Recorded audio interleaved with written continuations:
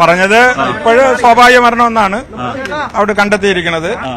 അത് നേരത്തെ ഈ മകൻ പറഞ്ഞ കാര്യങ്ങൾ തന്നെ കണ്ടെത്തിയിട്ടുള്ളത്. ഇനി ഇവിടുന്ന് ഏറ്റുവാങ്ങിയിട്ട് നിംസിൽ വയ്ക്കും.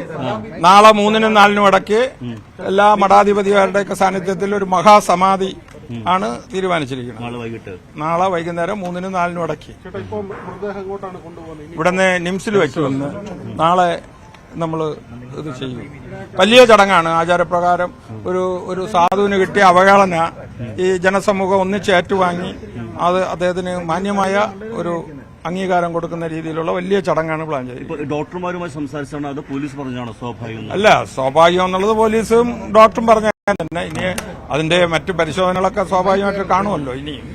പക്ഷേ അതുകൊണ്ടാണ് ചോദിച്ചത്, കാരണം രാസപരിശോധന ഫലം വരാറുണ്ട്. അപ്പൊ അതൊക്കെ ആര് മരിച്ചാലും അതൊക്കെ ഉണ്ടാവും. പ്രാഥമികമായിട്ട് ഈ മകൻ പറഞ്ഞത് തന്നെയാണ് എല്ലാം നടന്നിരിക്കുന്നത്. കുടുംബം എന്താണോ പറഞ്ഞത്? ഒരു കാര്യം ഞങ്ങൾക്ക് പറയാനുള്ളത്, ഈ ഗോപൻ സ്വാമിയുടെ സമാധി അതേ ഒരു മഹാസമാധിയായിരുന്നു നടന്നത്. ആ സമാധിയെ മനഃപൂർവ്വം ചില ആൾക്കാര്, സങ്കുചിത വിഭാഗക്കാര് അതിനെ ഇല്ലാതാക്കുകയാണ് ചെയ്തിട്ടുള്ളത്. ഇത് ഏറ്റവും വലിയ മഹാസമാധിയായിരുന്നു. പക്ഷെ അദ്ദേഹം ഒരു സാധുവായിരുന്നു, ഒരു പിന്നാക്ക ജനവിഭാഗത്തിൽപ്പെട്ട ആളായിരുന്നു. അല്ല, ഞാൻ പറഞ്ഞു തരട്ടെ, അതിനെ നിങ്ങൾ എല്ലാവരും കൂടി ചേർന്ന വിവാദമാക്കുകയാണ് ചെയ്തത്. ഇത് ചരിത്രം, ഇതിന് മാപ്പ് തരില്ല എന്നാണ് ഞങ്ങൾക്ക് ഇതിനെ സംബന്ധിച്ച് സൂചിപ്പിക്കാനുള്ളത്.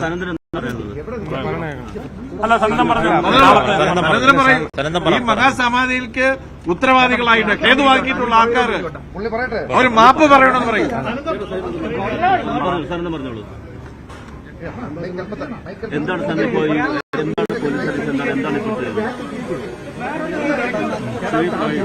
നമ്മുടെ സമാധാനപരമായിട്ട് പോകുന്ന ഈ ശിവന്റെ അമ്പലത്തില് എന്റെ അച്ഛൻ സമാധിയായി. എന്റെ അച്ഛൻ സമാധിയായത് ഈ മഹാസമാധിയാണെന്ന് വേണം പറയാൻ. ഇതിന് തടസ്സം നിന്നവർക്ക് വേണ്ടി നിയമപരമായി നടപടികൾ എടുക്കണം. നിയമപരമായി നടപടികൾ എടുത്തേ പറ്റൂ.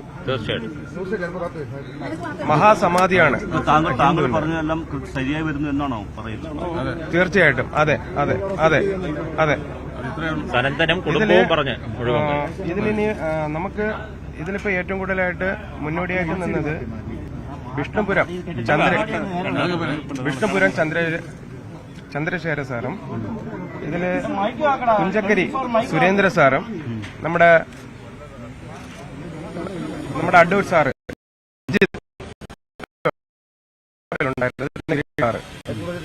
കൂടെയാണ്. പിന്നെ ഹിന്ദു ഐക്യവേദിയും ഹിന്ദു സംഘടനകളും എല്ലാവരും ഞങ്ങൾക്ക് സപ്പോർട്ടിംഗ് ഉണ്ടായിരുന്നു.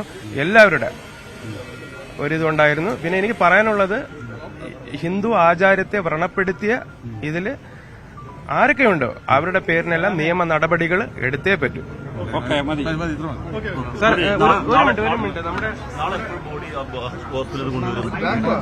അല്ല, സനന്ദൻ പറഞ്ഞത് തന്നെയാണ്. ഈ കഴിഞ്ഞ 3-4 ദിവസമായിട്ട് ഒരു കുടുംബത്തെ വളഞ്ഞിട്ട് ആക്രമിക്കുകയായിരുന്നു. ആ കുടുംബം പറയുന്ന ഒരു കാര്യം പോലും, അതിൽ 1% പോലും നിങ്ങൾ ആരും വിശ്വസിക്കാൻ തയ്യാറായില്ല. ആ കുടുംബത്തിനോട് സത്യം റിപ്പോർട്ടർമാർ ചോദിക്കുക, സമാധി സർട്ടിഫിക്കറ്റ് എവിടെ എന്ന് വരെ ആ ഒരു കുടുംബത്തെ ഇങ്ങനെ വേട്ടയാടാമോ? സമാധി സർട്ടിഫിക്കറ്റ് എവിടെ? അങ്ങനെ ഒരു സർട്ടിഫിക്കറ്റ് ഉണ്ടോ, സമാധി സർട്ടിഫിക്കറ്റ്? അപ്പൊ ആ കുടുംബത്തെ ഇങ്ങനെ നിങ്ങൾ വേട്ടയാട്.